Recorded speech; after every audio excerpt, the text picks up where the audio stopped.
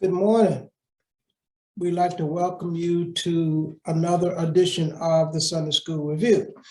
This week's Sunday School lesson is taken from Deuteronomy, the 24th chapter, verses 10 through 21. And the subject today is justice and the marginalized.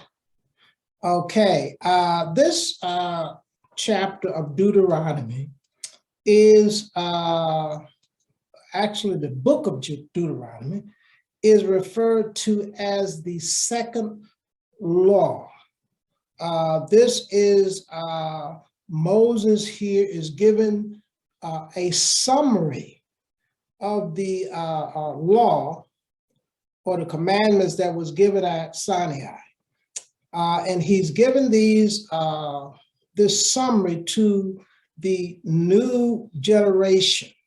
As you remember, everyone, all of the Israelites that was over the age of 20 died in the wilderness, except two, that is Joshua and Caleb. And Moses now is about to end his tenure. Even Moses himself does not get to enter into Canaan or the promised land. However, he gets to see it or view it.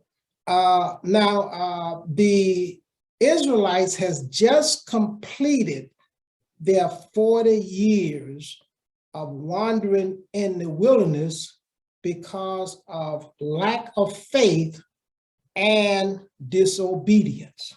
So, as they get ready to enter into the promised land, Moses is instructing them as to the law. When they get into the promised land, these are the things that you should do. Now, the commandments that were given at Sinai, they were a covenant, but it was a conditional covenant. And we talked before about the type of covenants. There are two types of covenants. There is a unconditional covenant and there is a conditional covenant. Now, the covenant that God gave to Abraham as it relates to blessing his seed was an unconditional covenant. Now, the commandments or the covenant that we're talking about today was a conditional covenant. Now, let me give you a key to understanding the difference. An unconditional covenant is a promise on one side. God made Abraham a promise that I'm going to bless your seed. Ishmael was Abraham's firstborn, and Ishmael was blessed because he was of the seed of Abraham. Now, a conditional covenant is a promise for a promise. God promised to do certain things for Israel, and they had to be obedient. They had to promise, we will do. So the difference between a conditional covenant and an unconditional covenant, conditional covenant is a promise for a promise, whereas an unconditional covenant is a promise on one side. Okay, so let's go into our lesson, which starts at the 24th chapter of Deuteronomy and verse 10. The first set of verses that we're going to read is from 10 to 15, and the 24th chapter here. Start at verse 1, the first verse, verse 10. When thou dost lend thy brother anything, thou shalt not go into his house to fetch his pledge or the collateral. Okay, pledge is collateral. Okay, verse 11, thou shalt stand abroad, in other words, stand outside, and the man to whom thou dost lend shall bring out the pledge abroad unto thee. In other words, do not go into the house, the lender's house, and get the pledge. Let them bring the pledge out to you. That's what verse 11 is telling you. Now, verse 12. And if the man be poor, that's key. If the man be poor, thou shalt not sleep with his pledge or with his collateral. This is to the poor, okay? Verse 13, in any case, thou shalt deliver him the pledge again when the sun goes down, that he may sleep in his own raiment, and bless thee, and it shall be righteousness unto thee before the Lord thy God. Let's go ahead and read 14 and 15. 14, thou shalt not oppress an heir servant, a hired servant that is poor and needed. We're going to explain that a little bit. Whether he be in thy land within thy gates. Verse 15. At his day thou shalt give him his hire, neither shall the sun go down upon it, for he is poor. And setteth his heart upon it, lest he cry against thee unto the Lord, and it be sin unto you, unto thee. Okay, now, and verse 10, back to verse 10, it said, thou shalt, when thou lend thy brother. So there is not a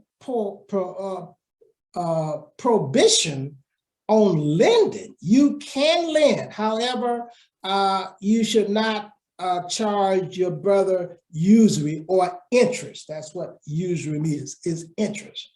So you can lend to a brethren, but it goes on to say you don't go into the house to fetch the pledge or to fetch the collateral. You wait outside and let them bring it to you. You don't decide what the collateral is, they bring it out, and if you agree upon it, well, but you don't go inside of the house and get the collateral or the pledge. And verse 12 said, there are special rules if the person is poor. Thou shalt not sleep with his pledge in verse 13. So you deliver the pledge back to him when the sun go down, that he may sleep in his own raiment. Now, what this is about is most often than not, the only thing of value that the poor had was considered their cloak. A cloak is an outer garment, okay? And at nighttime, they use that as a blanket, okay? So the issue is about fair treatment for the poor. At nighttime, they would use that to keep warm. So in essence, what it's saying is you return that collateral, that pledge to them at night so they can sleep with it, so it can be warm. Now, that's irregardless if they have paid you or not, okay? Well, they haven't paid me my money. That's irrelevant.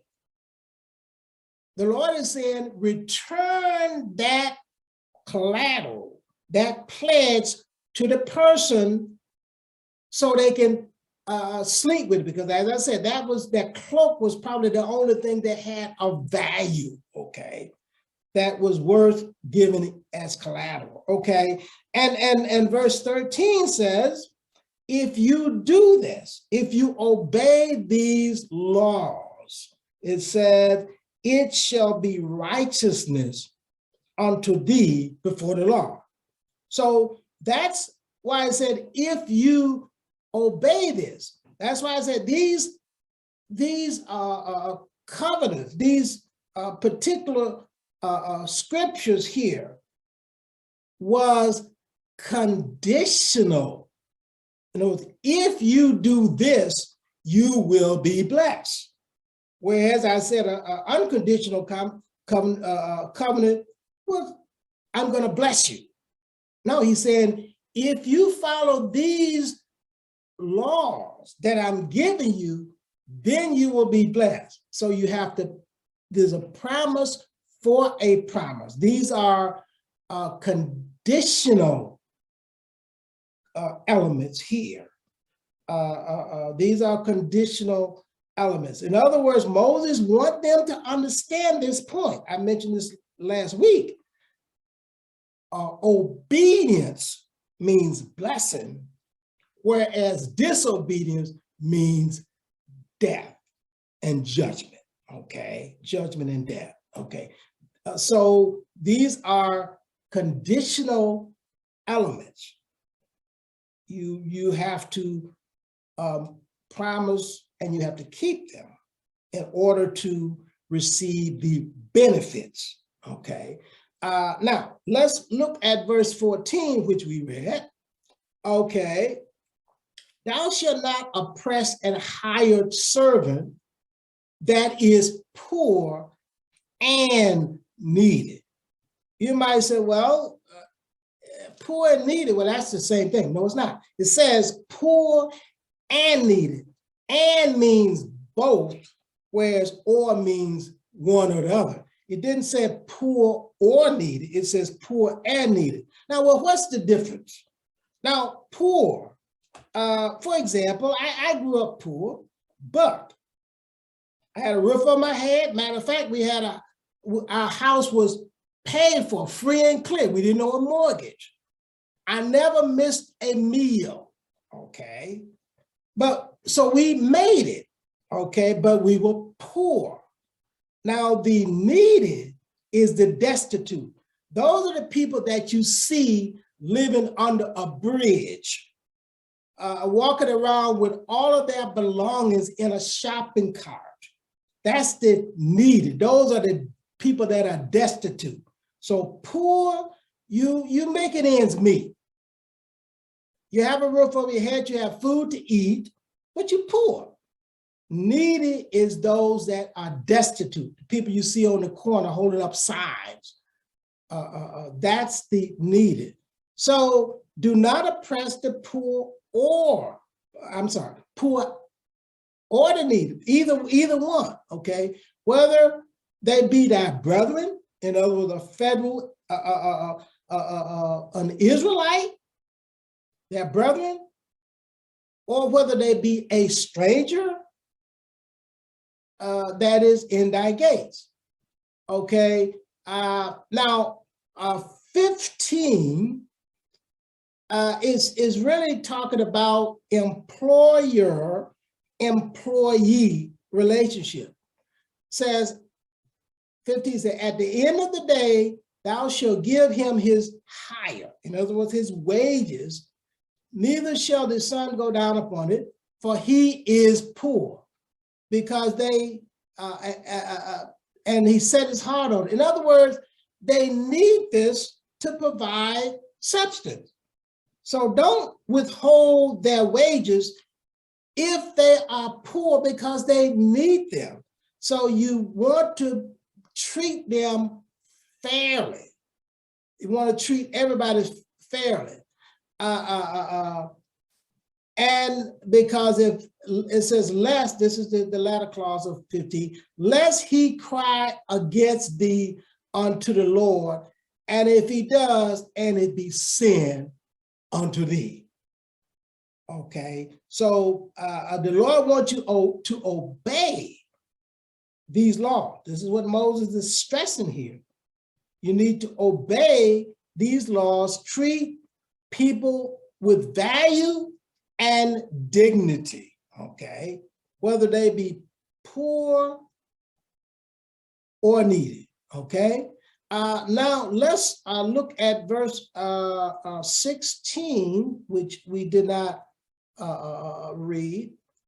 It says, the fathers shall not be put to death for the children, neither shall the children be put to death for the fathers.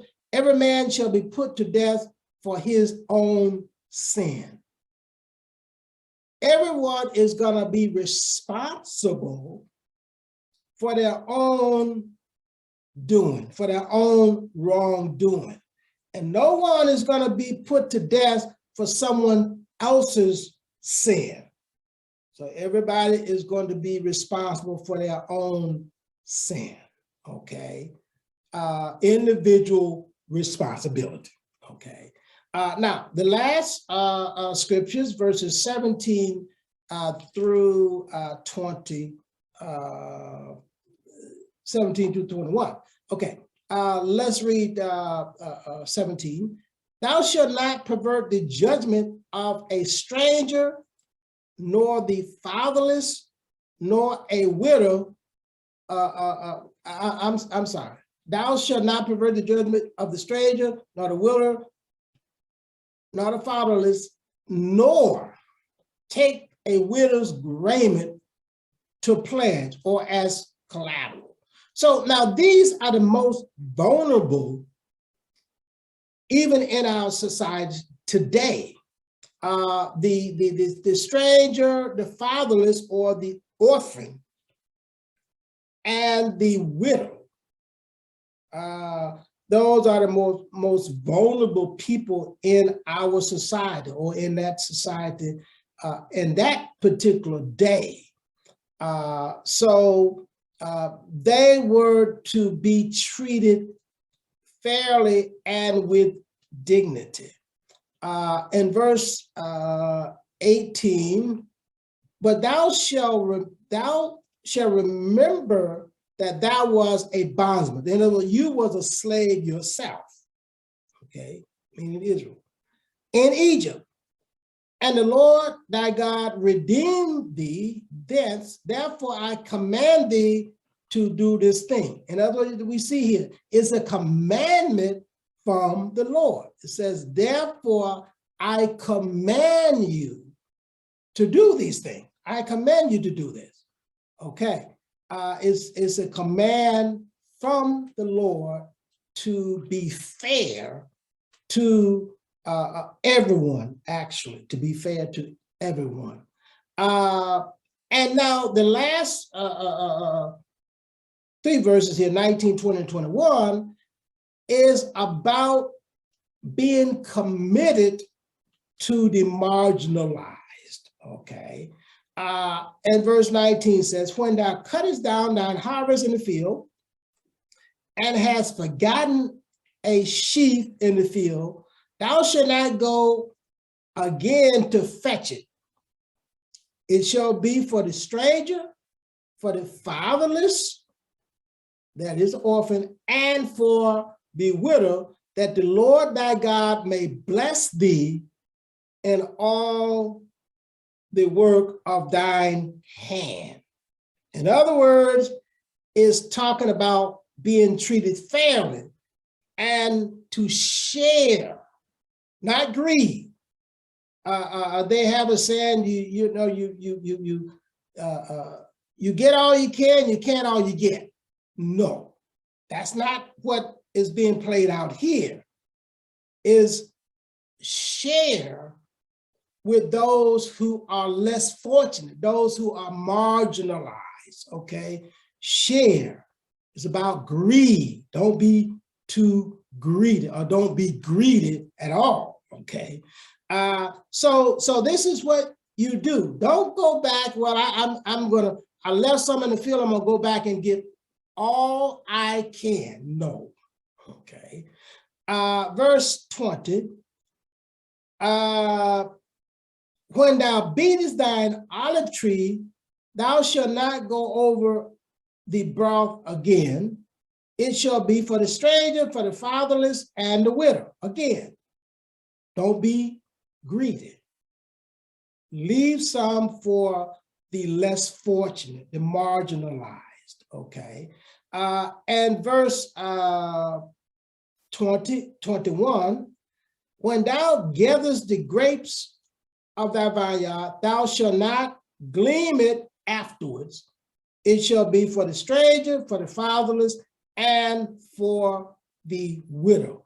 So we talking about from 19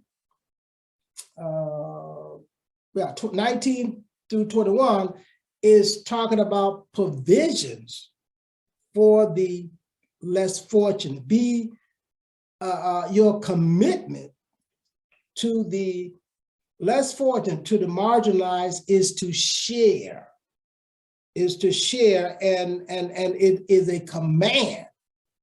As it says in verse 18, I command thee to stand. And as it, well, we didn't read it, but as it says in 22, thou shalt remember that thou was a bondsman in the land of Egypt. Therefore, I command thee to do this thing.